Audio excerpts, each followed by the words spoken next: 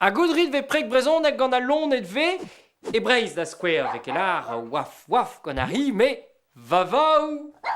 Avec elar kot gant ar yar, me kek kek kek. Kokerikkerog ve kaneg gant a hok, kleve peus. A mou ve respont gant ar zaout. Och, a setu ar mor. Ouin, ar march. A kwek, a ra an nouet. A piou, zo vant da gemper hiou, ve kanet gant ar venel pa ve ton en dro bar vro. Rag mo peus dursken lem, me vo kleve ganor ve, lonet okozeal hag o kana, a gato e brezhoneg, vel jeus.